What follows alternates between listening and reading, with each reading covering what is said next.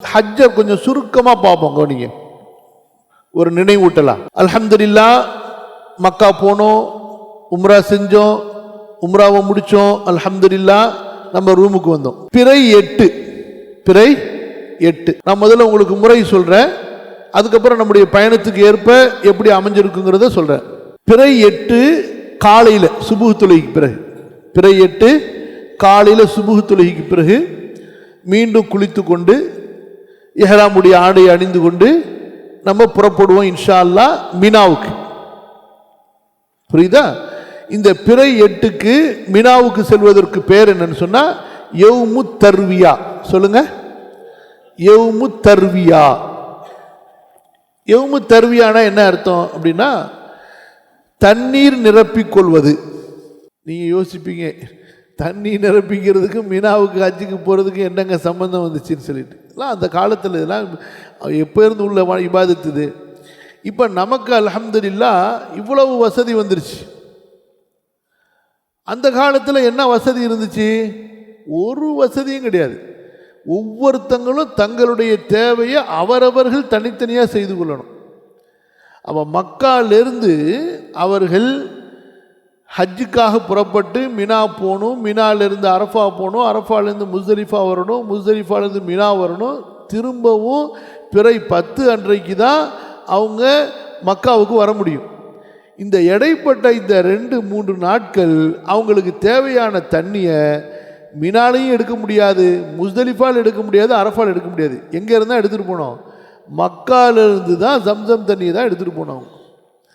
அதனால தான் அந்த 8வது நாளுக்கு அவங்க பேர் என்ன வச்சாங்க? யௌமு தர்வியா, தண்ணி நிரப்பிக்கிட்டு போகிற நாளுன்னு வச்சுட்டாங்க. என்ன நாள்? யௌமு தர்வியா, தண்ணி நிரப்பி கொண்டு செல்லும் நாள் அப்படிங்கிற பேரே அதுக்கு வந்துருச்சு. அவ்வளவு கஷ்டப்பட்டிருக்காங்க தண்ணிக்கு. அவங்களுடைய முதுகில் சுமந்துட்டு போகிற தண்ணி தான் அவங்களுக்கு குடிக்கிறதுக்கு, ஒழு செய்கிறதுக்கு, குளிப்பு கடமையானா குளிக்கிறதுக்கு, சுய தேவைகளை பூர்த்தி செய்கிறதுக்கு. யோசிச்சு பாருங்கள், சுப்ஹானல்லாஹ். இன்றைக்கு நமக்கு திறந்து விட்டால் தண்ணி பிச்சுக்கிட்டு அடிக்குது. அதுவும் வெயில் காலத்தில் குளிர் தண்ணி, குளிர் காலத்தில் சூடு தண்ணின்னு சொல்லிட்டு அப்படி அடிக்குது. சுப்ஹானல்லாஹ். ஹாஜிகள் ரொம்ப இஸ்ராஃப் பண்ணுவாங்க, நல்லா தான் பண்ணிக்கணும். ஹைர்.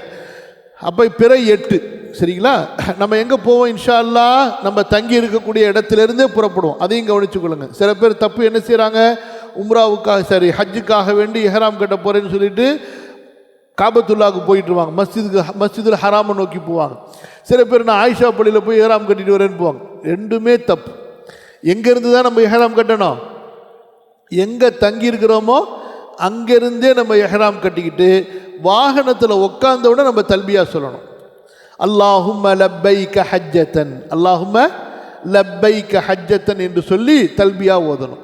இன்ஷா அல்லாஹ் நம்ம இன்ஷா அல்லாஹ் லொஹருக்கு மினா போய் சேர்ந்துருவோம். சரிங்களா? லொஹரு தொழுகை, அசர் தொழுகை, கவனிங்க, மகரிபு தொழுகை, இஷா தொழுகை, ஃபஜ்ருடைய தொழுகை, இந்த 5 நேர தொழுகைகளை ஹாஜிகள் மினாவில் தொழுவார்கள். ஒவ்வொரு தொழுகையையும் அதற்குரிய நேரத்தில், புரிஞ்சுங்களா, சுருக்கி தொழுவார்கள். கசர் செஞ்சு தொழுகணும்.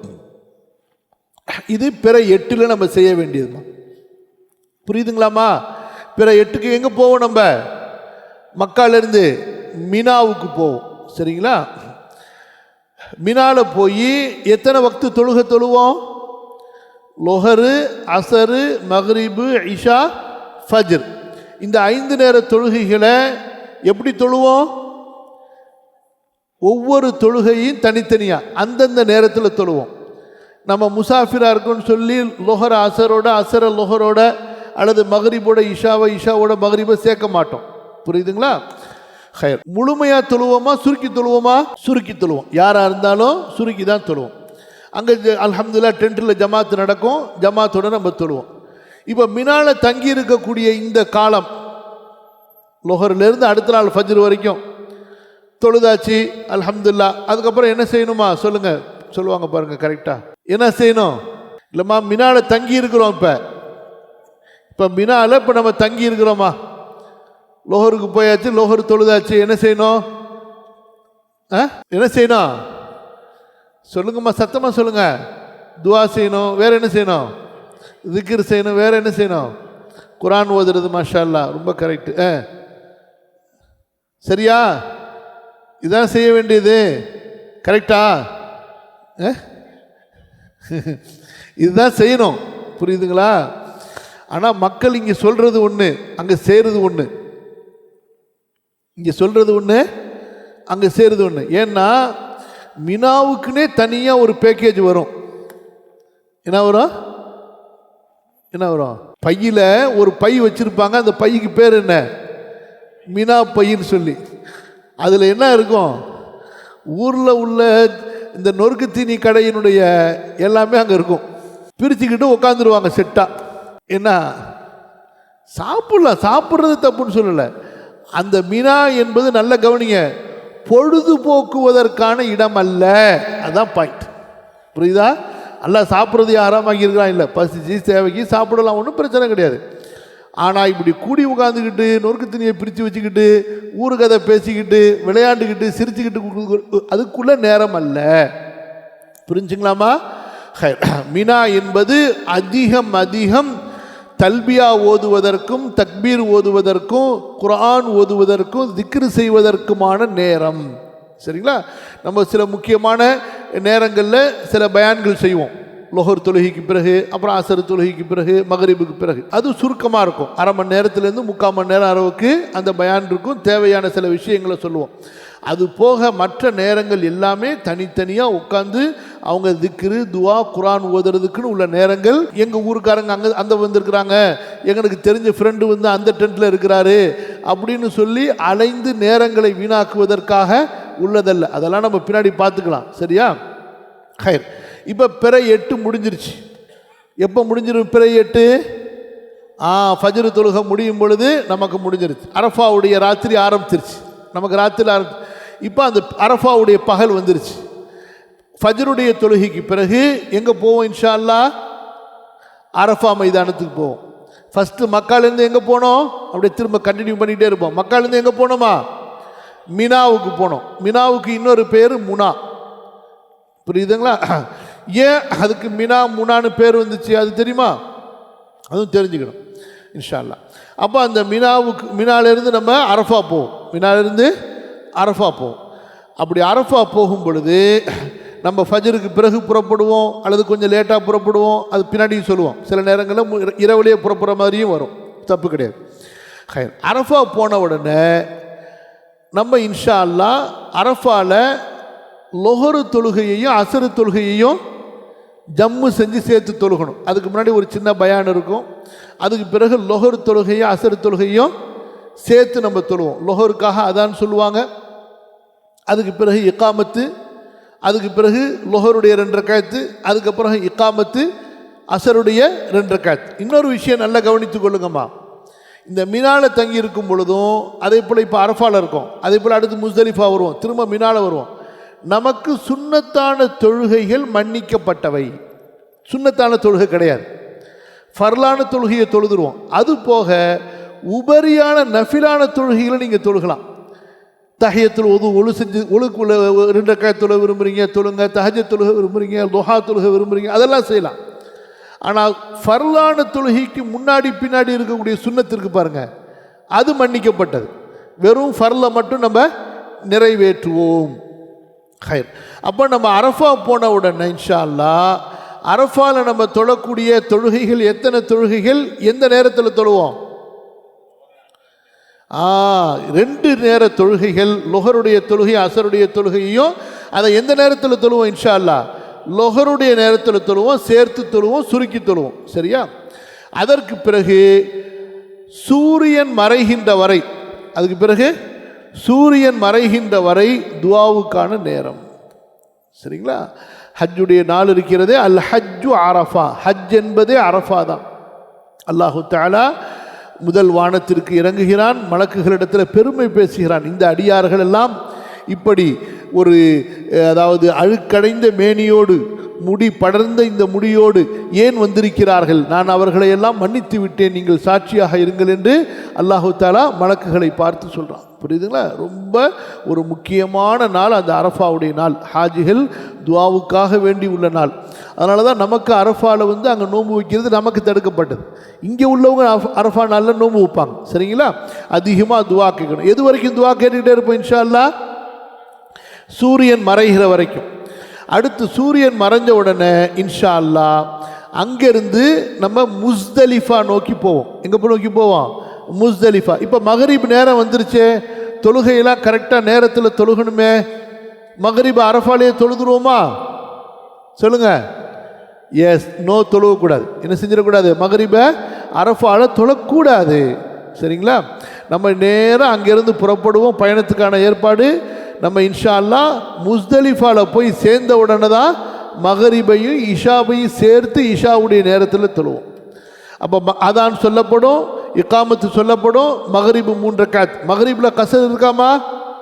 கசர் மகரிபில் இருக்கா? 1.5 ரக்காத் தொழுவலாமா? என்ன ஏதாவது சட்டம் இருக்கா? அது மாதிரி கிடையாது. மகரிபில் கசர் கிடையாது. சரிங்களா? அதுக்கு பிறகு இக்காமத்து சொல்லுவோம். இஷா 2 ரக்காத். அதுக்கப்புறம் வித்திரு மட்டும் தொழுதுக்கணும். சுன்னத்து கிடையாது. வித்திரு எப்போதும் நம்ம விடக்கூடாது. 1 ரக்காத்தோ 3 ரக்காத்தோ வித்திரு மட்டும் தொழுதுக்கணும். உடனே ரெஸ்ட் எடுத்துடணும். உடனே ரெஸ்ட், தூங்குறது. அதுக்கு பிறகு ஃபஜ்ருடைய முதல் நேரத்தில் எந்திரிச்சிடணும். அதுக்கு கொஞ்சம் முன்னாடி எந்திரிச்சாதான் நம்ம பாத்ரூம்லாம் போய் ரெடி ஆக முடியும். ஃபஜ்ருடைய அவ்வல் வக்து வந்த உடனேயே அதான் சொல்லுவாங்க. அதுக்கப்புறம் 2 ரக்காத்து சுன்னத் தொழுகணும். அதுக்கப்புறம் 2 ரக்காத்து ஃபர்லு தொழு வைப்பாங்க. அதுக்கு பிறகு நம்ம நின்று கொண்டு கிப்லாவை முன்னோக்கி துவா செஞ்சுக்கிட்டே இருக்கணும். புரியுதுங்களா? எது வரைக்கும் துவா செய்யணும்? சூரியன் உதிக்கக்கூடிய அந்த வெளிச்சம் வர்ற வரைக்கும். உதிக்கிறதுக்கு முன்னாடி கிளம்பிடணும். உதிக்கிறதுக்கான அந்த வெளிச்சம் வரும் பாருங்க. இப்போ உதாரணத்துக்கு இப்போ 5:35 வக்து வருதா? இத்தனை வருது ஃபஜ்ர். 4:35 வக்து வருது. சூரிய உதயம் 5:35 கிட்ட வருமா இருக்கும். இப்போ 5:25 வரைக்கும் பார்த்தீங்கன்னா பகல் விடிஞ்ச மாதிரியே இருக்கும். ஆனால் சூரியன் வந்திருக்காது, அந்த வெளிச்சம் வந்திருக்கும். ஸோ அந்த மாதிரி வெளிச்சம் வரும் பொழுது நம்ம அங்கேருந்து புறப்பட ஆரம்பிச்சிடும். இப்போ நல்ல கவனிங்க சகோதரர்களா, சகோதரிகளா. துவா கேட்கக்கூடிய நேரம் ரொம்ப முக்கியமான நேரம். ஃபஸ்ட்டு நேரம் எங்கே ஆரம்பிச்சிச்சு? ஒன்று இருக்குது. மொத்த பயணமுமே துவா, மினா துவா எல்லாமே. குறிப்பாக துவாவுக்குன்னு அதுதான் அங்கே உள்ள இபாதத். அது எங்கே ஆரம்பிச்சிச்சு? அரஃபால ஆரம்பிச்சிச்சா? லொஹருடைய தொழுகைக்கு பிறகு சிறிது நேரம் வெயில் சாய ஆரம்பிச்சிடும் பாருங்க. அந்த நடு பொழுதுலேருந்து இப்படி சாஞ்சி அடுத்து அசருடைய நேரம் வர ஆரம்பிக்க பாருங்க. அங்கேருந்து சூரியன் மறைகிற வரைக்கும் துவாவுடைய நேரம். அடுத்ததாக குறிப்பிட்ட நேரம் முஸ்தலிஃபாக்கு வந்துட்டோம், ஃபஜ்ரை தொழுதோம். அடுத்து ஃபஜ்ரு தொழுதலிருந்து சூரியன் உதயமாகின்ற வரைக்கும் துவாவுடைய நேரம். நின்றுக்கிட்டு செய்யணும். முடியலன்னா உட்காந்துக்கலாம். நின்றுக்கிட்டு செய்கிறது சிறந்தது. சரியா? திரும்ப அங்கேருந்து இன்ஷா அல்லாஹ் நம்ம ஜம்ராத் நோக்கி வருவோம். எங்கே நோக்கி போவோம்? ஜம்ராத். ஜம்ராத்தில் போய் 7 கல் அடிப்போம். நம்ம முஸ்தலிஃபாலேருந்து முடிஞ்சு போகும் பொழுது நம்ம கல் எடுத்துக்கணும். மினால எடுக்கக்கூடாது. முஸ்தலிஃபால ராத்திரி தூங்குறதுக்கு பதிலாக போய் கல்லை தேடிக்கிட்டு இருக்கக்கூடாது. நம்ம முஸ்தலிஃபால காலை சுபு தொழுதுட்டு புறப்படுறோமா இல்லையா? சுபு தொழுகைக்கு பிறகு கல் பொறுக்கிக்கலாம். ஹயர். எத்தனை கல்லுமா பொறுக்கணும்? 7 கல் மட்டும்தான். சரிங்களா? இப்போ நம்ம இன்ஷா அல்லாஹ் பிறை 10 அன்று கல் எறிய போகக்கூடிய அந்த ஜம்ராவுக்கு பெயர் என்ன சொல்லுங்க? ஜம்ரத்துல் அக்கபா. சொல்லுங்க. சந்தேகமாகவே சொல்கிறாங்க, இதுவும் இருக்கலாமா, இதுவும் இருக்கலாம். ஆலிம் சார் ஏதாச்சும் ஊன்னா நம்ம மாற்றிக்கலாம் அப்படிங்கிற மாதிரி. என்ன? ஜம்ரத்துல் அக்கபா. சரிங்களா? பெரிய ஜம்ரா, ஜம்ரத்துல் குப்ரா. அதாவது நம்ம முஸ்தலிஃபாலேருந்து போகும் பொழுது சின்ன ஜம்ரா வரும், அடுத்து நடு ஜம்ரா வரும், அடுத்து 3ஆவதாக தான் அந்த பெரிய ஜம்ரா வரும். அதோட மக்கா ஆரம்பிச்சிடும். புரியுதுங்களா? ஜம்ரானா என்ன அப்படின்னு சொன்னால் அது அந்த இடத்துக்கு பேர். ஷைத்தான் இல்லை. ஜம்ரானா இப்போ எப்படி மக்கானா ஒரு இடம், முஸ்தலிஃபானா ஒரு இடம், அந்த மாதிரி ஜம்ராங்கிறது அது ஒரு இடம். ஜம்ரத்துல் உக்பா, ஜம்ரத்துல் சுக்ரா, ஜம்ரத்துல் குப்ரான்.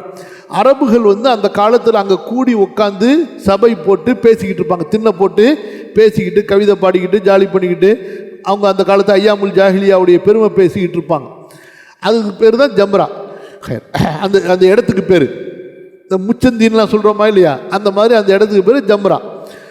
இப்ராஹிம் அலைஹிஸ்ஸலாத்து வஸலாம் மக்காலிருந்து கூப்பிட்டுக்கிட்டு இஸ்மாயில் அலைஹிஸ்ஸலாம் அவங்கள அறுக்கிறதுக்காக வேண்டி போனாங்க. பார்த்தீங்களா? மக்காலேருந்து வெளியேறும் பொழுது பெரிய ஜம்ரா வருது, அடுத்து நடு ஜம்ரா வருது, அந்த இடம் வருது பாருங்கள். அந்த ஒவ்வொரு இடத்துலையும் ஷைத்தான் தோன்றி தோன்றி அவங்களுக்கு வஸ்வசா குழப்பத்தை உண்டு பண்ணான். அப்போ அந்த நேரத்தில் இப்ராஹிம் அலைஹிஸ்ஸலாம் ஷைத்தானை நோக்கி இக்ஸா யா ஷைத்தான், இப்லீஸே நீ நாசமாக போ அப்படின்னு சொல்லி கல்லால் எரிஞ்சாங்க. ஷைத்தான் அப்படியே பூமிக்குள்ளார சொருகப்பட்டான். சரிங்களா? ஸோ அதுதான் அந்த நினைவு கூறக்கூடிய இடம். இப்போ நம்ம அங்கே போய் கல் எறிகிறோமே, அங்கே இப்லீஸ் வந்து உட்காந்துருக்கிறான், அல்லாஹ்வுத்தாலா அவனை பிடிச்சி அங்கே வச்சிருக்கிறான், நம்மளாம் கல் எறிஞ்சு அவன் மண்டையை உடைக்க போகிறோம், கிடையாது. இப்போ நம்ம செய்கிறது இருக்குது, இப்ராஹிம் அலைஹிஸ்ஸலாம் அவர்களுடைய அந்த ஒரு செயலை நினைவு கூர்ந்து அல்லாஹ்வை திக்ரு செய்கிறது தான் நமக்கு நோக்கம். அங்கே ஷைத்தான் இருக்கிறான், கல் எறிய புரிந்து அவனை அடிக்க போகிறோங்கிறது இப்போ அந்த நோக்கம் அல்ல. புரிஞ்சுக்கிட்டீங்களா இல்லையா? அப்போ ஜம்ரத்துல் அக்கபால கல் எறியணும், ஜம்ரத்துல் அக்கபால கல் எறியணும். அந்த கல் எறிஞ்சதுக்கு பிறகு இரண்டாவது அமல் இருக்குது, குர்பானி கொடுக்கிறது. மூன்றாவது அமல் இருக்கின்றது, தலைமுடிய மொட்டையடித்துக் கொள்வது. இப்போ இந்த 3 அமல்களில் எந்த அமல்களை வேண்டுமானாலும் முற்படுத்தி கொள்ளலாம், பிற்படுத்தி கொள்ளலாம். தர்த்தீப் வந்து இந்த தர்த்தீப். இப்போ நம்ம அதாவது குர்பானியை பொறுத்த வரைக்கும் நம்ம ஏற்கனவே என்ன செய்து விடுகிறோம், கட்டிடுறோம். அதனால் அந்த டென்ஷன் நமக்கு கிடையாது. இப்போ நம்ம செய்ய வேண்டியது என்ன, அங்கே கல் எறிய வேண்டியது, முடியை எடுக்க வேண்டியது. ஒன்ஸ் இந்த கல் எறிஞ்சிட்டு நம்ம மொட்டை அடிச்சிட்டாலோ, பெண்கள் முடியை குறைச்சிட்டாலோ, நம்முடைய இஹ்ராமிலிருந்து நம்ம வெளியே வந்துடலாம், முடிச்சு. புரியுதுங்களா? அதுக்கப்புறம் நீங்கள் சோப் போட்டு செய்கிறது, ப்ரஷ்ஷு, பேஸ்ட்டு எல்லாமே உங்களுக்கு ஹலால் ஆகிடும். பிறை 10 அன்று இதாம தர்த்தீப். அந்த பிறை 10 அமல்களில் ஒரு அமல் தான் தவாஃபு ஜியாரா. மொத்தம் 4 அமல் சொல்லுங்க. பிறை 10 அன்றைக்கு என்னென்ன அமல் இருக்குது சொல்லுங்க. ஜம்ராத்தில் ஜம்ரத்துல் அக்கபால 7 கல் எறியணும். எத்தனை கல் எறியணும்? 7 கல். இப்போ நம்ம ஒரு விஷயம் வாங்க, இப்போ நம்ம தல்பியா சொல்ல ஆரம்பித்தோம். எங்கே சொல்ல ஆரம்பித்தோம்?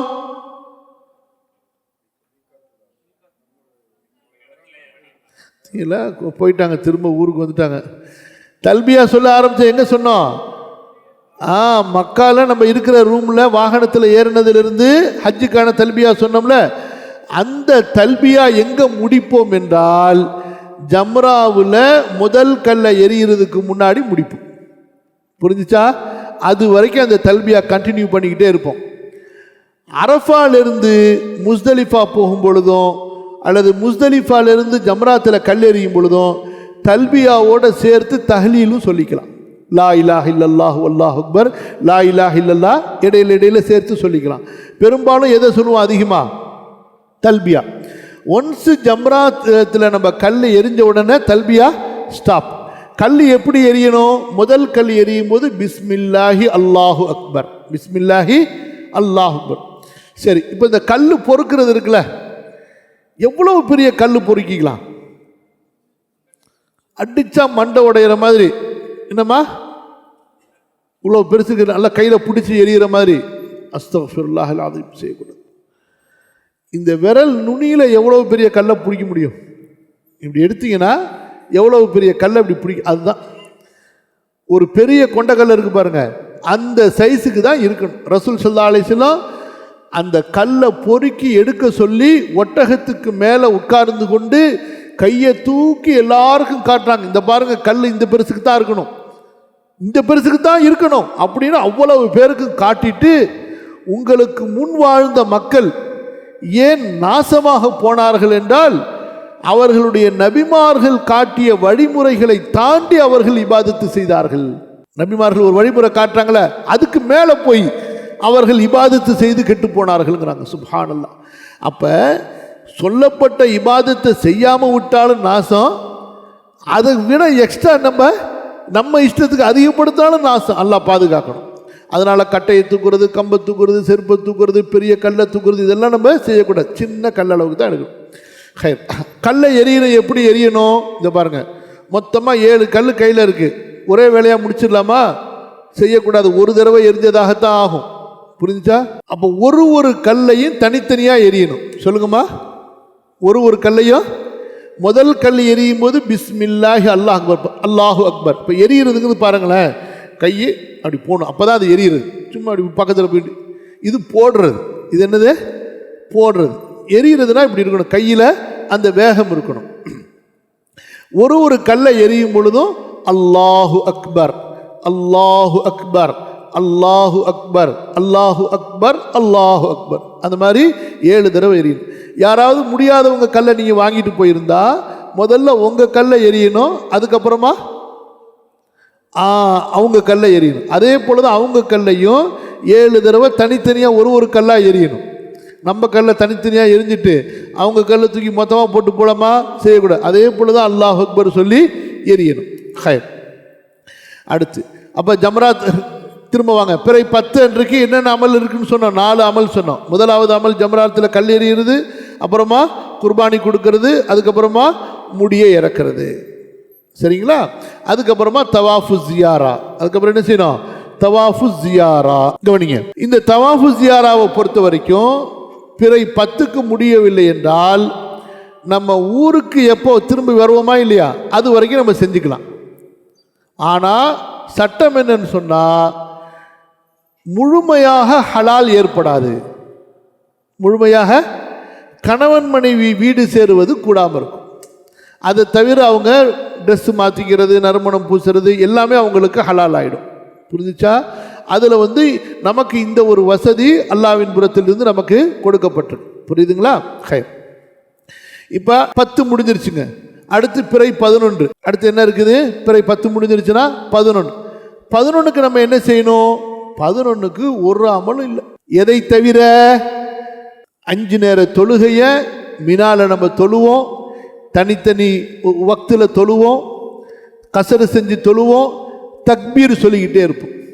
என்ன செஞ்சுக்கிட்டே இருப்போம்? தக்பீர் சொல்லுவோம். அடுத்து பிறை 11 சூரியன் நடுப்பொழுதை தாண்டியதற்கு பிறகு, அதாவது லொஹருடைய வக்து வந்ததற்கு பிறகு 3 ஜம்ராக்களில் கல் எறிவதற்காக போனோம். 11வது நாளுடைய 2வது அமல். 11வது நாளுடைய ஒரு அமல் என்ன? மினால தங்கியிருந்து ஒரு வக்தையும் அந்தந்த நேரத்தில் தொழுகணும், தக்பீர் ஓதணும். 2வது அமல் என்ன? ஜவால், சூரியனுடைய நடுப்பொழுதை தாண்டியதற்கு பிறகு 3 ஜம்ராக்கல்ல கல் எறிவதுக்கு போவோம். இன்றைக்கு நம்ம 21 கல் எடுத்துக்கணும். இந்த கல்லை நீங்கள் எப்போ வேணாலும் எடுத்துக்கலாம். 10வது அன்னைக்கு கல்லை எரிஞ்சு வந்ததுக்கு பிறகுலேருந்து எப்போ வேணாலும் எடுத்துக்கலாம். 11 கல்லை எடுத்துக்கலாம், 12 கல்லையும் சேர்த்து எடுக்கலாம், 13 கல்லையும் சேர்த்து எடுத்துக்கலாம். அதெல்லாம் நோ ப்ராப்ளம். சரிங்களா? ஹைர். அப்போ 11 அன்று நம்ம ஜம்ராத்துக்கு கல் எறிய போவோம். எத்தனை ஜம்ராத்தில் எறிவோம்? 3 ஜம்ரால. முதல்ல சின்ன ஜம்ரால எறிவோம், 7 கல் எறிவோம். இந்த 7 கல் எரியும் பொழுது முதல் கல் எரியும் போது பிஸ்மில்லாஹி அல்லாஹு அக்பர், 2வது கல்லுக்கு அல்லாஹ் அக்பர், 3வது அல்லாஹ் அக்பர், 4வது 5வது 6வது 7வது முடிச்சுட்டு கொஞ்சம் தூரம் தள்ளி வந்து கிப்லாவை காபாவை முன்னோக்கியவர்களாக, மக்காவை முன்னோக்கியவர்களாக எவ்வளவு நேரம் முடியுதோ நம்ம துவா கேட்டுக்கொண்டு நிற்போம். அப்போ துவாவுடைய அடுத்த முக்கியமான நேரம் இது. சரிங்களா? ஒன்று நம்ம அரஃபால கேட்டோமா, முஸ்தலிஃபால கேட்டோமா, 3வது இது புரிஞ்சுக்கணும். துவாவுக்குன்னு உள்ள இடம் நேரம் இது. பொதுவாகவே நீங்கள் துவா கேட்டுக்கிட்டே இருக்க வேண்டியது தான். அதுக்கு பிறகு நம்ம இன்ஷா அல்லாஹ் அங்கிருந்து நடு ஜம்ராவுக்கு போவோம். அங்கேயும் போய் பிஸ்மில்லாஹி அல்லாஹ் அக்பர்னு முதல் கல்லை எறிவோம், அடுத்த கல் அல்லாஹ் அக்பர் அல்லாஹ் அக்பர் அல்லாஹ் அக்பர். அங்கிருந்து கொஞ்சம் தூரம் கல் எரிஞ்சிட்டு தள்ளி போய் நின்று நம்ம மக்காவை முன்னோக்கி துவா கேட்டுக்கொண்டே இருப்போம். சரியா? எவ்வளவு நேரம் நமக்கு நிற்கிறதுக்கு அனுமதி கிடைக்குதோ நம்ம துவா கேட்போம். அதுக்கு பிறகு இன்ஷா அல்லாஹ் அங்கிருந்து நம்ம புறப்பட்டு செல்வோம். எங்க? 3வது ஜம்ரா, ஜம்ரத்துல் அக்கபா, பெரிய ஜம்ராவுக்கு. அங்கே போய் நின்று இதே போல் பிஸ்மில்லாஹி அல்லாஹ் அக்பர்னு முதல் கல்லை எறிவோம்.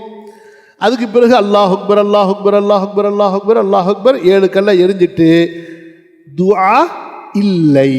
அதுக்கு பிறகு துஆ இல்லை. அங்கேருந்து நேராக நம்ம திரும்பி வந்துட வேண்டியதான். நம்முடைய டென்ட்டுக்கு வந்து திரும்ப தொழுகை, திக்ரு, துஆ, தக்பீரு அப்படியே ஓதிக்கிட்டே இருக்க வேண்டியதான். 11 முடிஞ்சிருச்சா? சேம் அமல் ரிப்பீட் 12க்கு காப்பி பேஸ்ட் பண்ணிடுங்க. சரியா? என்ன செய்யணுமா? 12 அன்னைக்கு மினால தங்கி இதுக்கு துவா இபாதத்து செய்ய வேண்டியது. ஜவாலுக்கு பிறகு சொல்லுங்க 3 ஜம்ரால கல்லெறியதுக்காக வேண்டி போனோம்.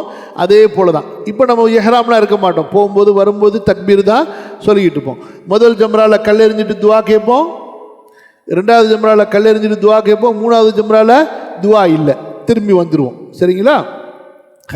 அதுக்கு பிறகு நம்ம பிற 12 அன்னைக்கு அங்கிருந்து உடனே புறப்பட்டு விட்டால் நம்ம 13க்கு திரும்ப கல்லெறிய வர வேண்டிய தேவையில்லை. நம்ம பிற 12 கல் எறிஞ்சிட்டு அங்கேயே தங்கி 12 சூரியன் மறைந்து 13 பிறை வந்து விடுமையானால் கண்டிப்பாக பிறை 13க்கும் அங்கே தங்கி பகலில் கல் எறிஞ்சிட்டு தான் நம்ம அங்கேருந்து புறப்படணும். அதனால் ரெண்டுமே நமக்கு அனுமதி. ஃபமன் தஅஜ்ஜல ஃபீ யௌமைனி ஃபலா இஸ்ம அலைஹி வமன் தஅஹ்ஹர ஃபலா இஸ்ம அலைஹி லிமன் இத்தகா. யாராவது 12லேயே கல்லெறிந்து விட்டு அவசரமாக புறப்பட்டால் அதுவும் அவர் மீது குற்றமில்லை. யார் 13 தங்கி புறப்படுகிறாரோ அதுவும் அவர் மீது குற்றமில்லை. இரண்டுமே நமக்கு அனுமதிக்கப்பட்டிருக்கு. சரி, அப்போ 13 கல் எறிஞ்சிட்டு நம்ம அது ஜவாலுக்கு பிறகு தான் எரியணும். நம்ம ரூமுக்கு வந்துடும்னு வச்சுக்கோங்க. அல்லது 12க்கு கல்லெறிஞ்சிட்டு ரூமுக்கு வந்துட்டோம்னா அவ்வளோதான், முடிஞ்சிருச்சு ஹஜ்ஜுடைய அமல்கள். பிற 8க்கு ஆரம்பித்தோம், 12க்கு முடித்தோம், அல்லது 13க்கு நம்ம முடிப்போம். சரிங்களா? மினாலிருந்து எங்கே போவோம்? இன்ஷா அல்லாஹ் தல்பியா சொல்லிக்கொண்டு உம்ராவுடைய நியத்து, ஹஜ்ஜுடைய நியத்து வச்சு இஹ்ராம் கட்டி எங்கே போவோம்? நம்ம மக்காலிருந்து மினாவுக்கு போவோம். மினாவில் போய் தங்கியிருப்போம். எது வரைக்கும்? பிறை 9 ஃபஜ்ர் முடிகிற வரைக்கும். அதுக்கப்புறம் அங்கேருந்து புறப்பட்டு எங்கே போவோம்? இன்ஷா அல்லாஹ் அரஃபாவுக்கு போவோம். அரஃபாவில் போய் லொஹர் அசர் தொழுவோம். அதிலேருந்து மகரிப் வரைக்கும் நம்ம துவாவில் இருப்போம். அரஃபாவில் மகரிப் வந்த உடனே புறப்பட்டு அங்கேருந்து முஸ்தலிஃபா வருவோம். மகரிப் இஷா தொழுவோம். பிறகு ஃபஜ்ர் தொழுவோம். பிறகு அங்கிருந்து அந்த ஃபஜ்ருடைய சூரியன் உதயமாகின்ற வரைக்கும் நம்ம துவா கேட்டுக்கொண்டிருப்போம். திரும்ப முஸ்தலிஃபாலேருந்து புறப்பட்டு எங்கே வருவோம்? மினாவுக்கு வருவோம். ஜம்ராத்தில் கல்லெறிவோம். அதுக்கு பிறகு குர்பானி கொடுக்கறது, மொட்டை அடிக்கிறது, அதுக்கப்புறம் தவாஃபு ஜியாரா. இதில் எதை வேணாலும் முன்ன பின்ன நம்ம செஞ்சுக்கலாம். புரியுதுங்களா? கல் எறிகிறது அடுத்த நாள் ஃபஜ்ருக்குள்ளார முடிச்சிடணும் மேக்சிமம். சரிங்களா? ஒன்ஸ் நம்ம கல்லை எரிஞ்சிட்டா அதுக்கப்புறம் நம்ம மொட்டை அடிச்சுக்கலாம். அதுக்கப்புறம் ட்ரெஸ்ஸை மாற்றிக்க வேண்டியதுதான். ஓகே, 10 முடிஞ்சிருச்சு. அதுக்கப்புறம் பிறகு 11 செய்ய வேண்டிய அமல் என்ன? மினாவில் தங்கியிருந்து தக்பீர் தஹ்லீல் ஓதி கொண்டிருக்க வேண்டியது, தொழுக வேண்டியது. ஜவாலுக்கு பிறகு 3 ஜம்ராக்களில் கல்லெறிய போனோம். முதல் ஜம்ராவில் 7 கல், 2வது ஜம்ராவில் 7 கல். முதல் ஜம்ராவுக்கு பேர் சின்ன ஜம்ரா, 2வது ஜம்ராவுக்கு பேர் நடு ஜம்ரா, 3வது ஜம்ராவுக்கு பேர் ஜம்ரத்துல் அக்கபா. சரிங்களா? ஜம்ரத்துல் அக்கபாவில் கல்லெறியணும். முதல் ஜம்ராவில் துவா கேட்கணும், 2வது ஜம்ராவில் துவா கேட்கணும், 3வது ஜம்ராவில் துவா இல்லை. அதோடு நேராக நம்ம திரும்பி வந்துட வேண்டியதான். பிறை 12 அன்றும் இதே போல் அமல் செய்யணும். இன்கேஸ் யாராவது சட்டத்துக்காண்டி சொல்லிக்கிறேன், இன்கேஸ் யாராவது பிற 11க்கு பகலில் நீங்கள் தவாஃபு ஜியாரா செய்ய போனீங்க, அல்லது 12க்கு தவாஃபு ஜியாரா செய்ய போனீங்க, போகலாம், தப்பு கிடையாது. ஆனால் இரவுல தங்குறதுக்கு கண்டிப்பாக என்ன செஞ்சிடணும்? மினாவுக்கு வந்துடணும். மினால மபீத், இரவு தங்கிறது கட்டாயம். சில பேர் என்ன செய்கிறாங்க? சோம்பேறித்தனம் பட்டுக்கிட்டு வெறும் மினால கல்லெறிய மட்டும் வர்றாங்க, மக்காலேயே தங்கிக்கிறாங்க, ரூமில் தங்கிக்கிறாங்க, அல்லது மஸ்ஜிதுல் ஹராமில் தங்கிக்கிறாங்க. அந்த மாதிரி சோம்பேறித்தனம் பட்டு செய்யலாமா? செய்யக்கூடாது. நம்ம போகிறதே ஹஜ் என்ற இபாதத்தே ஒரு கஷ்டமான இபாதத்து, சிரமமான இபாதத்து தான். அல்லாவுக்காக நம்ம இந்த சிரமத்தைப்படுறோம். இந்த சிரமங்களை எல்லாம் தாங்கி சகிச்சு கொண்டு பொறுத்திருந்து செய்யும்போது தான் அது ஒரு முழுமையான இபாதத்தாக நமக்கு கிடைக்கப்பெறும் இன்ஷா அல்லாஹ். சரிங்களாம்மா? அதுக்கப்புறமா நமக்கு கடைசியாக ஒரே ஒரு அமல் மட்டும் பாக்கி இருக்கும், மீதம் இருக்கும். கரெக்டாக சொல்லுவாங்க பாருங்களேன். இப்போ என்ன அமல்னு சொல்லுவாங்க பாருங்கள். முசல்லா வாங்குறதா, தஸ்பீ மணி வாங்குறதா, ஜம்ஜம் தண்ணி வாங்குறதா, வேறு என்ன வாங்குறது, காபத்துல்லா படம் வாங்குறதா, என்னன்னு சொல்லுவாங்க பாருங்கள். இப்போ கடைசியாக ஒரு அமல் மட்டும் பாக்கி இருக்கும், தவாஃபுல் விதா. மாஷா அல்லாஹ், எல்லாம் எஜுகேட்டட், எல்லாம் க்ளீனாக இருக்காங்க, மாஷா அல்லாஹ். சரிங்களாம்மா? அல்ஹம்துலில்லாஹ். சட்டத்துக்காண்டி அந்த பேச்சு இடையில வந்ததுக்காண்டி சொல்கிறேன். தொழுக விரிப்பு வாங்கிட்டு வாங்க, அல்ஹம்துலில்லாஹ், நோ ப்ராப்ளம். இந்த காபத்துல்லா படம், காபத்துல்லா கதவு, இதெல்லாம் சைனாக்காரன் செஞ்சு அனுப்புகிறான் பாருங்க, அதெல்லாம் வாங்கிடாதீங்க. புரியுதா? ஏன் அப்படின்னு சொன்னால், மக்கள் அதை ஒரு பரக்கத்துடைய நியத்தோடு வாங்கிறதும், அதை கொண்டு வந்து ஒரு பரக்கத்துன்னு கொடுக்கறதும், அதை எடுத்து பத்திரப்படுத்தி வைக்கிறதும் சாதாரணமான தவறாக நினைக்காதீங்க. அதை கொண்டு போய் விட்டுரும். காபத்துல்லா கதவுங்கிறது ஒரே கதவு தாமா இருக்கு. எங்க? காபத்துல்லால மாட்டி இருக்கிறது தான். ஒன்ஸ் அதை கூட அங்கேருந்து கழட்டிட்டா முடிஞ்சு போச்சு. அதில் மாட்டப்பட்டிருக்கிற வரைக்கும் தான். மன்னர்கள் வருவாங்க, மாற்றிக்கிட்டே இருப்பாங்க கதவை. ஒரு மன்னர் வரும் பொழுது அந்த கதவை மாற்றுவாங்க. அந்த காபத்துல்லால இருக்கிற வரைக்கும் தான் அந்த கதவு, காபத்துல்லாவுடைய கதவு. அதை மாற்றிட்டு அதை உருக்கி தங்கமாக்கி வேறு வேலை பார்த்துட்டு போயிடுவாங்க. புரிஞ்சுச்சா? காபத்துல்லா கதவுங்கிறது சைனாக்காரன் செஞ்சு அனுப்புகிற கதவு கிடையாது. 5 ரியாலுக்கு 10 ரியாலுக்கு சைஸ் வாரியாக விற்கிறது கிடையாது. அதே போல் பெரிய கார்பெட்டில் விற்பாங்க. வீட்டுக்கு அழகுக்கு ஏதாவது அந்த கார்பெட் மாதிரி வாங்குறீங்களா, அது வேறு விஷயம். பரக்கத்துக்கு அது ஒரு மாட்டினா ஒரு பரக்கத்து, அது பார்த்தா ஒரு பரக்கத்து. எத்தனை பேர் தெரியுமா உங்களுக்கு? அனைமா அல்ஹம்துலில்லாஹ் நீங்கள்லாம் படித்தவங்க தெரிஞ்சவங்க, ரொம்ப தப்பு நடக்குது இதில். அந்த காபத்தில் அந்த கோல்டு கடலில் இருக்குல்ல, அது அப்படியே எவ்வளோ பெருசாக வாங்கிட்டு வந்து ஃப்ரேம் போட்டு வீட்டில் உள்ளார நுழைஞ்சவொடனே பார்க்குற மாதிரி பரக்கத்துக்கு மாட்டி வச்சுருக்கிறதுலாம் இருக்குது. அது நம்முடைய தொழுகையில் பரக்கத்து இருக்குது, துவால பரக்கத்து இருக்குது, ஓதுறதுல பரக்கத்து இருக்குது, கொடுக்குற சதக்கால பரக்கத்து இருக்குது. நீங்கள் அஸ்ஸலாமு அலைக்கும்னு வீட்டில் சொல்லிட்டு உள்ளார வரீங்க பாருங்கள், அதில் பரக்கத்து இருக்குது. நீங்கள் வீட்டை விட்டு வெளியே போகும்போது அஸ்ஸலாமு அலைக்கும் ரஹ்மத்துல்லாஹி வ பரக்காத்துக்குன்னு உங்கள் குடும்பத்தாருக்கு சொல்லிட்டு வரீங்க பாருங்கள், அதில் பரக்கத்து இருக்குதே தவிர காபத்துல்லா படத்தை வீட்டில் மாட்டி வைக்கிறதுல அதில் பரக்கத்து கிடையாது. அதெல்லாம் புரிஞ்சுக்கணும் இன்ஷா அல்லாஹ். வேறு எதுவும் சந்தேகம் இருக்காமா இதை ஒட்டி? பெண்களை பொறுத்த வரைக்கும் அவர்களுக்கு ஏற்படக்கூடிய அந்த மாச பிரச்சனை இருக்குது பாருங்கள், அதனுடைய சட்டங்களை நீங்கள் தெரிஞ்சுக்கலாம். ஒன்று என்னன்னு சொன்னால், பெண்களுக்கு ஹைதுடைய காலமாக இருந்தால் அவங்களும் கண்டிப்பாக மீகாத்தில் தல்பியா ஓதி தான் ஆகணும், உம்ராவுடைய நியத்து செஞ்சு தான் ஆகணும். புரியுதுங்களா? அவங்க அது போய் சுத்தமானதுக்கு பிறகு அவங்க உம்ரா செய்வாங்க. இன்கேஸ் அவங்க இப்போ உதாரணத்துக்கு மதினாலேருந்து நம்ம ஷார்ட்டாக போகிறோம், மதினாலேருந்து கிளம்பும் பொழுது ஒருத்தங்களுக்கு மாதவிடாய் வந்துருச்சு, அவங்க கண்டிப்பாக துல் ஹுலைஃபாவில் தல்பியா ஓதுவாங்க, உம்ரா நியத்து வைப்பாங்க. மக்காவில் போய் இறங்கிட்டாங்க. சில பேருக்கு ஒரு நாள் 2 நாளில் முடியும், சில பேருக்கு 3 நாள் 4 நாள். இப்போ மக்காவுக்கு பினாவுக்கு போகிற 8வது நாள் வந்துருச்சு, சுத்தமாகலை, ஒன்றும் பிரச்சனை கிடையாது. அவங்க தன்னுடைய உம்ராவை முடிச்சு கொள்வாங்க. முடிச்சுட்டு திரும்ப குளித்து ஹஜ்ஜுக்காக வேண்டி நியத்து வச்சு குளிச்சுட்டு இஹ்ராம ஹஜ்ஜுக்காக வேண்டி திரும்ப தல்பியா ஓதிக்கொள்வாங்க. அவங்களுக்கு அது மன்னிக்கப்பட்டது. புரியுதுங்களா? ஹஜ்ஜை பொறுத்த வரைக்கும் மினா, அரஃபா, முஸ்தலிஃபாவில் தங்க போகிறாங்க. அதுக்கு எதுக்குமே நமக்கு சுத்தம் தேவையில்லை. தொழுகைக்கு மட்டும்தான், காபத்துல்லாஹ்ல தவாஃப் செய்கிறதுக்கு மட்டும்தான். மற்றபடி ஹஜ்ஜுடைய அமல்களை நீங்கள் செஞ்சுக்கிட்டே இருக்க வேண்டியதான். என்னென்ன அமல்? தல்பியா ஓதுறது, தஹ்லீல் ஓதுறது, திக்ரு செய்கிறது, ஈவன் குரான் கூட நீங்கள் ஓதிக்கிட்டே இருக்கலாம். தொழுகை மட்டும் செய்ய மாட்டீங்க. புரிஞ்சுச்சா? ஹைர். எப்போ நீங்கள் சுத்தமாவீங்களோ அப்போ தவாஃபு ஜியாராவை முடிச்சுக்கிட்டா போதும். சரிங்களா?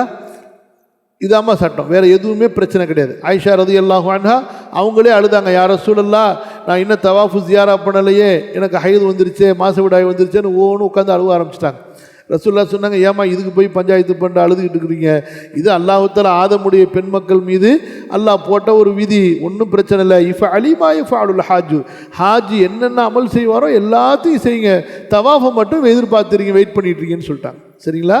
அதனால் எந்த விதமான அதில் ஒரு சங்கடமோ அருவலுப்போ பட வேண்டிய அவசியமே கிடையாது இன்ஷா அல்லாஹ்.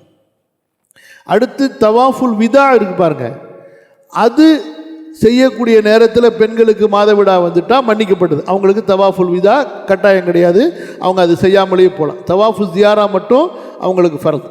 சொன்னால் அவங்க பேத்தி ஒரு துவா பண்ணுச்சு.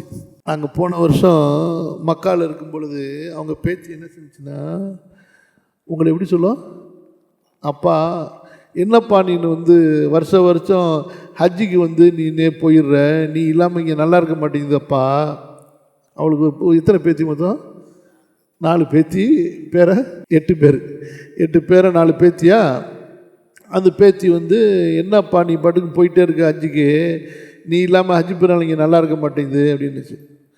அப்போ நான் போகணுமாம்மா, ஹாஜியெல்லாம் கூட இருக்காங்களே, எல்லாத்தையும் கூட்டிகிட்டு போகணுமே, அதான் நோன்பு பெருநாளில் இருக்கிறேன்னு, ஹஜ்ஜி பெருநாளுக்கெலாம் நான் இருக்க முடியாதுமான்னு சொன்னோன்னே அந்த பேத்தி என்ன பண்ணுச்சு, அதான் உங்களோட முஃப்தின்னு ஒருத்தர் இருக்கார்லத்தா, அவர் தலையில் வச்சு கட்டுங்கத்தா, அவர் மேய்ச்சிருவார் எல்லாத்தையும், நீங்கள் இங்கே இருந்துருங்கத்தா அப்படின்னுச்சு. சரிம்மா, இப்போ அடுத்து ஒரு சின்ன ஒரு 3-4 மினிட்ஸ் முக்கியமான விஷயம்.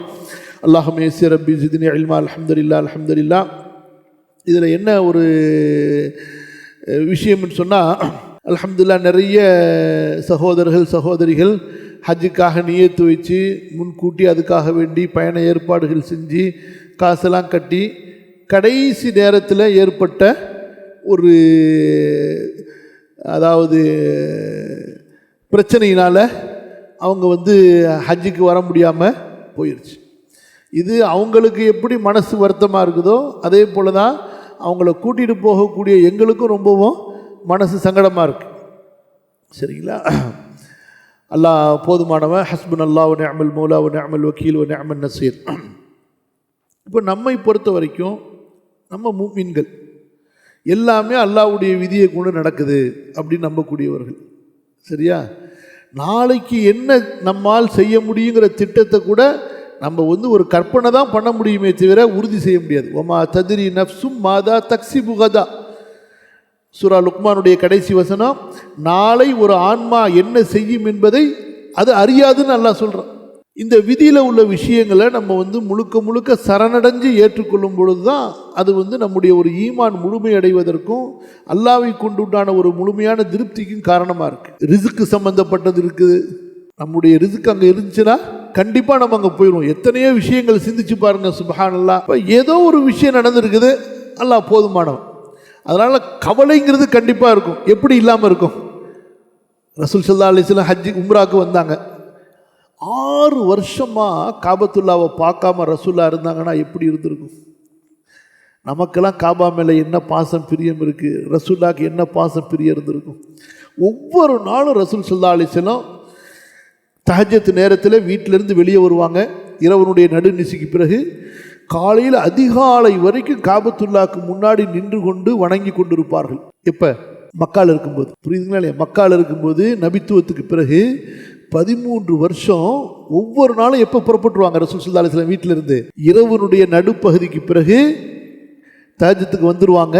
வந்து எது வரைக்கும்? சுபுஹு வரைக்கும் காபத்துல்லாவில் தவாஃப் செஞ்சுட்டு காபத்துல்லாவை பார்த்து தொழுது வணங்கி கொண்டிருப்பார்கள். ஏனால் அப்போ அவங்களுக்கு எவ்வளோ பெரிய அந்த தேட்டம் இருந்திருக்கும். ரசூல்லா வந்துட்டாங்க. ரசூல்லா ஸல்லல்லாஹு அலைஹி வஸல்லம் மக்காலிருந்து வெளியே போகும்பொழுது எப்படி போனாங்க? அழுதுகிட்டு போனாங்க. தேம்பி தேம்பி அழுதார்கள். சொன்னாங்க மக்கா முன்னாடி இருக்கிற மாதிரி அதை ஒரு அதாவது உயிருள்ள ஒரு உயிருள்ள ஒரு பிராணி, உயிரின மாதிரி நினச்சிக்கிட்டு, மக்கா நான் உன்னை விட்டு வெளியே சென்றிருக்க மாட்டேன், என்னை என் ஊர் மக்கள் வெளியேற்றி இருக்கவில்லை என்றால் அப்படிங்கிறாங்க. அல்லாஹ்வுடைய பூமியில் நீதான் எனக்கு மிக பிரியமான பூமி, என் ஊர் மக்கள் என்னை வெளியேற்றி இருக்கவில்லை என்றால் வேறு ஒரு ஊரில் போய் நான் குடியேறி இருக்க மாட்டேங்கிறாங்க. அப்படியே யஹின்னு கல்வி, என் உள்ளம் உன் பக்கம் துடிக்கிறதுன்னு சொல்லிக்கிட்டு ரசூல் ஸல்லல்லாஹு அலைஹி வஸல்லம் போகிறாங்க. எவ்வளோ பாசம்! 6 வருஷம் எவ்வளவு தேடல் இருந்திருக்கும் அவங்களுக்கு. அந்த தேடல் தான் அல்லாஹு தஆலா மதீனா வந்த உடனே ஹஜருல் அஸ்வத் மஸ்ஜிதுல் அக்ஸாவை நோக்கி தொழுங்கன்னு சொல்லிட்டான். எங்கே வந்த உடனே? மதீனா வந்த உடனே அங்கே யூதர்கள் நிறைய இருந்த உடனே அவர்களை இஸ்லாமின் பக்கம் சேர்ப்பதற்காக வேண்டி கிப்லா எதை பார்த்து தொழுதுகிட்டு இருந்தாங்க? மஸ்ஜிதுல் அக்ஸாவை பார்த்து. 18 மாதம் துடிச்சாங்க ரசூல் ஸல்லல்லாஹு அலைஹி வஸல்லம், எப்படியாவது காபாவை முன்னோக்கி தொழுவோன்னு சொல்லிட்டு. அல்லாஹு தஆலா கடைசியாக 18 மாதம் கழித்து கத் நரா தகல்லுப வஜ்ஹிக ஃபிஸ் ஸமாஇ ஃபலனுவல்லியன்னக கிப்லத்தன் தர்வாஹா, நபியே ஆசையால் உங்களது உள்ளம் வானத்தை முன்னோக்குவதை நாம் பார்த்து கொண்டுதான் இருக்கிறோம், உங்களுக்கு பிரியமான கிப்லாவை நீங்கள் இப்போது முன்னோக்கலாம்னு சொல்லி அல்லாஹ் கட்டளை கொடுக்குறான். அப்படியே தொழுகையிலே ரசூல் ஸல்லல்லாஹு அலைஹி வஸல்லம் திரும்பிடுறாங்க. அப்போ எவ்வளவு ஆசை இருந்திருக்கும். அந்த ஆசையோட ஹிஜ்ரி 6ல் அல்லாஹு தஆலா ரசூலுல்லாஹ்க்கு கனவு காட்டுறான். ஒரு பெரிய கூட்டத்தை அழைத்து கொண்டு மக்காவுக்கு உம்ரா செய்கிற மாதிரி. ரசூல் ஸல்லல்லாஹு அலைஹி வஸல்லம் எப்போ சொன்னாங்களோ 1400 சஹாபாக்கள் ஒன்று சேர்ந்துட்டாங்க உம்ராக்கு போகிறது. எல்லாம் வர்றாங்க தல்பியா ஓதிக்கிட்டு. சுப்ஹானல்லாஹ். ஹுதைபியா வந்த உடனே ஒட்டகம் முன்னாடி போக மாட்டேங்குது, காலத்துக்கு முன்னாடி வைக்க மாட்டேங்குது, பின்னாடி உதச்சி வாகனத்தை உதச்சி முன்னாடி தருவாங்களே, தள்ளுனா ரிவர்ஸ்லேயே போகுது. பின்னாடி வந்துக்கிட்டு இருந்த சஹாபாக்களுக்கெல்லாம் அல்லாஹ்வுடைய தூதரே உங்கள் பேச்சை உங்கள் ஒட்டகம் கேட்க மாட்டேங்குது அப்படிங்கிறாங்க, முரண்டு பிடிக்குதுங்கிறாங்க. ரசூலுல்லாஹ் சொல்கிறாங்க, இந்த ஒட்டகம் முரண்டு பிடிக்காது. என் ஒட்டகம் அது முரண்டு பிடிக்காதது, அது கஸ்வா ஒட்டகம். அது பாருங்கள், நிறைய விஷயம் இருக்குது, நம்ம பின்னாடி போகும்போது அங்கே பேசுவோம். அப்போ சொல்கிறாங்க ரசூல் ஸல்லல்லாஹு அலைஹி வஸல்லம், இந்த ஒட்டகத்தை அந்த இறைவன் தடுத்து விட்டான். யார் யானை படைகளை தடுத்தானோ, ஹபசஹா ஹாபிசுல் ஃபீல், யானை படைகளை தடுத்த இறைவன் இதை தடுத்து விட்டான். ஏதோ ஒரு பிரச்சனை இருக்குது. ஒட்டகம் உட்காந்துருச்சு. ரசூலுல்லாஹ் சொன்னாங்க, எல்லாரும் உட்காருங்க, எல்லாரும் இறங்கிருங்கன்ட்டாங்க. ஜஸ்ட்டு அங்கேருந்து ஒரு 100-150 மீட்டர் தாண்டினா ஹரம் எல்லாம் வந்துடும். அதுக்கப்புறம் தான் தெரிய வருது, குறைஷிகள் படையை கிளப்பிக்கிட்டு மக்காவுடைய வாசல்கள் அடைச்சிக்கிட்டு இருக்கிறாங்க. இந்த பக்கம் வந்து, ஏன்னா ரசூல் ஸல்லல்லாஹு அலைஹி வஸல்லம் எப்போதும் வர்ற வழியை விட்டுட்டு பின்பக்கம் வழியாக வர்றாங்க. ஹுதைபியா வழிங்கிறது நார்மலான வழி கிடையாது, அது மதீனாவிலேருந்து மக்கா வர்றதுக்கு உண்டான நார்மல் வழி கிடையாது, அது பின்பக்க வழி. சுற்றி வந்துட்டாங்க. அந்த பக்கம் குறைஷிகள் படையோடு நிற்கிறாங்க, ரசூலுல்லாஹ் இந்த பக்கம் உட்காந்துருக்குறாங்க. பேச்சுவார்த்தை நடக்குது. எவ்வளவோ கேட்டு பார்க்குறாங்க. இந்த பாருங்கள், எங்கள்கிட்ட ஆயுதமே கிடையாது, வெறும் சின்ன கத்தி வச்சுருக்கிறோம், வழியில் ஏதாவது மிருகம் வந்தால் தற்காத்துக்கிறதுக்காண்டி நாங்கள் உம்ரா செய்கிறோம், ஓடி போயிடுறோங்கிறாங்க. குறைஷிகள் விடவே இல்லை. கடைசியாக எவ்வளவு கெஞ்சியும் கூட முடியாது, இங்கேருந்து திரும்பி போங்கங்கிறாங்க. சஹாபாக்களுக்கு மனசே இல்லை, ரசூலா சாவுற வரைக்கும் சண்டை போட்டுருவோங்கிறாங்க. அதுக்கும் பைய செஞ்சு கொடுத்துட்றாங்க. அல்லாஹ்வுடைய கட்டளை வருது, அல்லாஹ்வுடைய கட்டளையின்படி ரசூல் ஸல்லல்லாஹு அலைஹி வஸல்லம் உம்ராவை முடிக்கிறாங்க. சஹாபாக்கள் இஹ்ராமை அவிழ்க்கிறதுக்கே ரெடி இல்லை. அதுக்கப்புறம் ரசூல் ஸல்லல்லாஹு அலைஹி வஸல்லம் இஹ்ராமை அவிழ்த்துட்டாங்க, மொட்டையை அடிச்சுட்டாங்க, குர்பானியை அறுத்துட்டாங்கன்னு சொன்னதுக்கு பிறகு தான் சஹாபாக்கள் மொட்டையை அடிச்சுக்கிட்டு குர்பானியை கொடுத்துட்டு திரும்ப இஹ்ராமை அவிழ்த்துக்கிட்டு ரிட்டர்ன் போகிறாங்க. ஸோ எப்படி இருந்திருக்கும் அவங்களுக்கு சொல்லுங்கள். ஸோ அதனால் பலவிதமான சூழ்நிலைகள் இருக்குது. சில பேர் நியத்து வச்சவங்கள மரணித்தவங்க இருக்கிறாங்க, சில பேருக்கு ஹஜ் கமிட்டியில் போட்டவங்க கிடைக்காம இருந்திருக்கலாம். இந்த மாதிரி பல சூழ்நிலைகள். ஸோ ஏதோ நமக்கு இந்த வருஷத்தில் சில ஹாஜிகளுக்கு இந்த சோதனை. அதனால் சில விஷயங்களை நம்ம புரிஞ்சு கொள்றதுல அல்லாஹ் ஹைர வைப்பான். சரிங்களா? நம்ம ஹஜ்ஜி செய்கிறது, உம்ரா செய்கிறதுல உள்ள நன்மையை போன்று சில சோதனைகளை சகித்து கொள்றதுல அல்லாஹ் ரப்புல் ஆலமீன் நமக்கு நன்மையை கொடுக்க போதுமானவன். அதனால் எந்த ஹாஜிகளில் வர முடியலையோ கண்டிப்பாக மனம் பொறுத்து கொள்ளுங்க. அல்லாஹ்விடத்தில் துவா செய்யுங்க, இஸ்திக்ஃபார் செய்யுங்க. அடுத்த ஆண்டுக்கு இன்ஷா அல்லாஹ் முழுமையாக அந்த நியத்தை வச்சு உறுதியோடு இருங்க. அல்லாஹு தஆலா லேசாக்க போதுமானவன் இன்ஷா அல்லாஹ். இதுவும் ஒரு அல்லாஹ்வின் புறத்திலிருந்து உண்டான சோதனை. சபர் செய்வோம் இன்ஷா அல்லாஹ்.